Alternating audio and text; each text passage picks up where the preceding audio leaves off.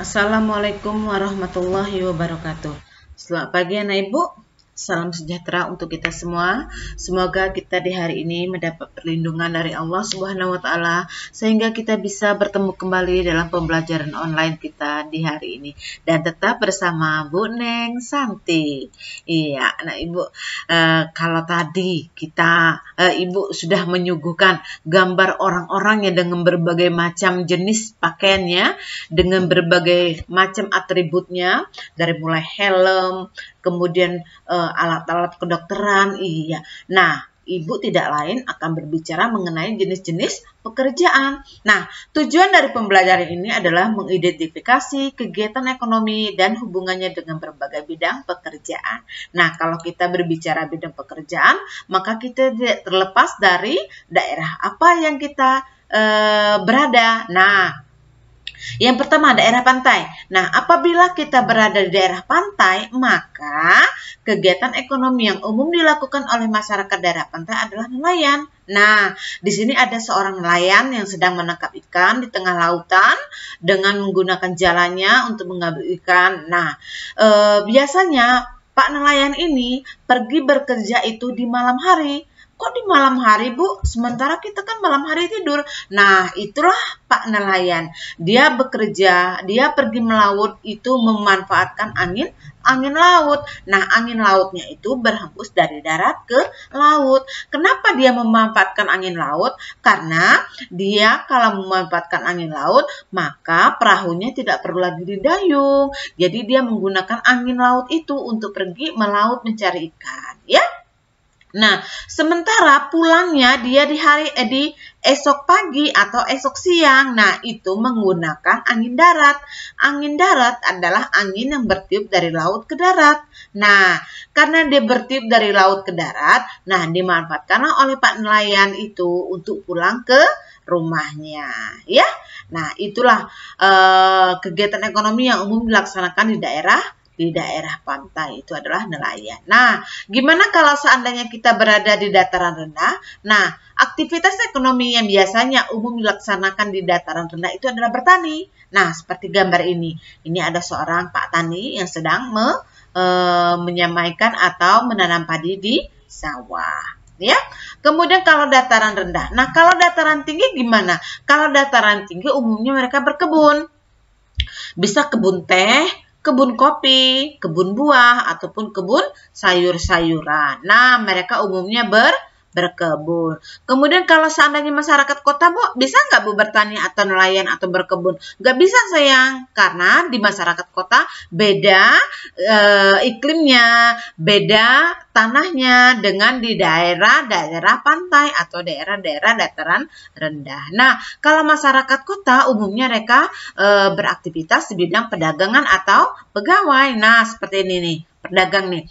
Ada pembeli, ada penjual. Nah, mereka membeli barang, kemudian penjualnya juga menjajakan barang dagangannya. Nah, mereka berjualan lah, bisa di pasar, bisa di mall, di swalayan. Nah, kalau yang ini ada pegawai. Nah, pegawai ini ada sekelompok orang yang sedang melaksanakan kegiatan di suatu aula, ya. Itu adalah masyarakat kota.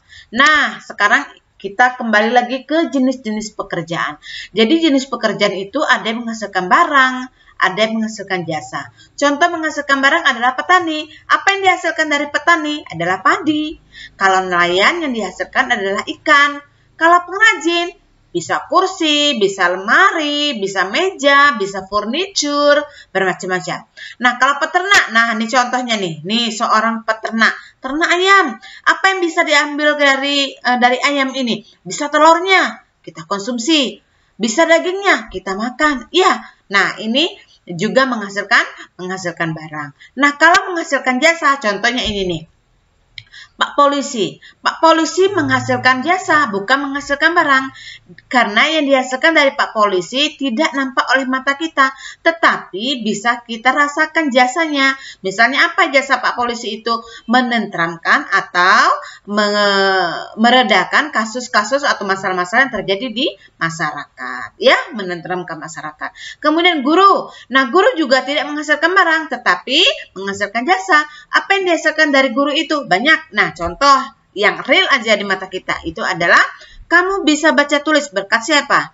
Baca tulis tidak nampak barangnya oleh mata kita, tetapi jasanya bisa nampak oleh kita. Iya kan? Nah, begitupun dengan dokter, begitupun dengan tukang salon, begitupun dengan sopir, ya. Nah, itu adalah profesi-profesi menghasilkan jasa. Nah, apabila seorang pekerja itu mempunyai sikap-sikap yang akan Ibu sebutkan di bawah ini, mereka insya Allah akan sukses. Nah, sikap apa aja itu, Bu? Misalnya jujur. Jujur itu apa? Berbuat dan berkata apa adanya. Jangan dilebih-lebihkan, jangan dikurang-kurangkan. Berbuatlah seperti apa adanya. Berkata seperti apa adanya. Itulah yang disebut dengan jujur. Kemudian disiplin. Disiplin itu kebiasaan mengikuti aturan.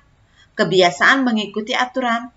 Bisa dikatakan dengan orang yang disiplin. Contohnya, dia masuk jam 7.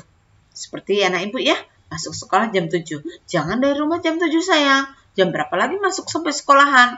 Kalau di sekolah itu masuk jam 7, usahakan sebelum jam 7 udah standby di sekolah. Itulah yang disebut dengan disiplin. Oke, yang ketiga bertanggung jawab. Bertanggung jawab itu adalah siap menerima risiko apapun pekerjaannya. Jadi semua pekerjaan itu punya risiko. Nah, punya tanggung jawab yang harus kita emban. Itulah disebut dengan bertanggung jawab. Kemudian kerja keras. Kerja keras itu bersungguh-sungguh dan tidak mudah menyerah. Bersungguh-sungguh artinya tidak main-main. Serius. Tidak mudah menyerah itu tidak mudah putus asa. Pantang menyerah. Tetap semangat. Semangat 45. Nah, itulah sikap jujur, disiplin, bertanggung jawab, kerja keras itu adalah sikap-sikap yang harus dimiliki oleh seorang pekerja agar menjadi sukses. Oke, anak ibu, batas ini bisa nyambung ya, bisa connect ya apa yang ibu sampaikan. Mudah-mudahan ini bisa diterima oleh kamu, bisa bermanfaat untuk kita semua. Kiranya batas ini dulu pembelajaran kita hari ini. Besok akan kita lanjutkan dengan materi kita yang berbeda. Oke, Ibu tutup dengan wabillahi taufiq wal hidayah. Wassalamualaikum warahmatullahi wabarakatuh.